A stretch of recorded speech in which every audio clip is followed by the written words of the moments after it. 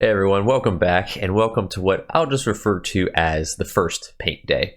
The goal for today is pretty simple. We're going to take our finished chassis, sand it down, spray it with some primer, and finish it off with a nice flat black enamel paint. There's not a lot to it, it just takes a lot of time to do all the prep work to make sure you get a good bond in the end. But to make my life a little bit easier, I called in a favor with some of the boys and we spent a couple hours getting hot and sweaty, rubbing everything down real good.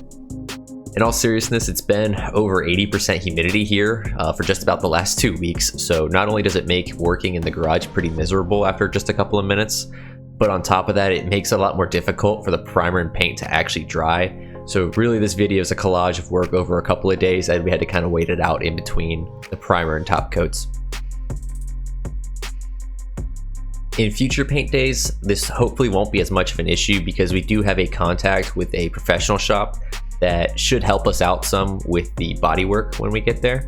But because today we're just painting the frame, we can save some time and money by just using spray paint and doing all the work ourselves.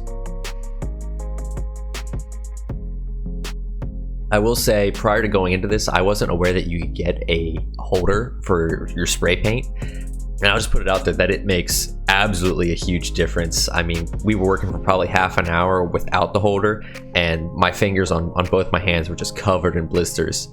I ran out in between days before we did the top coat, got some holders, and it gives you just so much more control. There were so fewer runs with the paint, and you just get a much more consistent spray. So highly recommend, if you ever are doing any spray painting, get yourself a holder. It'll save you a lot of pain.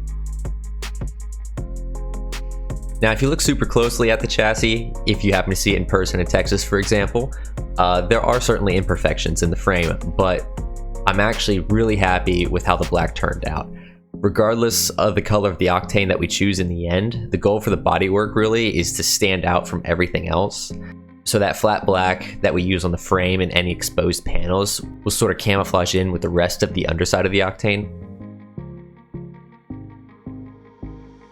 But next week is when things are really going to start to come together. So once this all dries, it'll finally be time to actually install the suspension and the wheels and get everything ready for Texas. A lot of that is happening here in the next couple of days, so mark your calendar because the next video should be a good one. We'll also have a lot more details about what we'll be doing during the event, when and where you can find us if you're going to be there, and just give you a general preview of everything going on. So look forward to that, and as always, I appreciate you watching through to this point in the video. Hang tight, and we'll see you next week.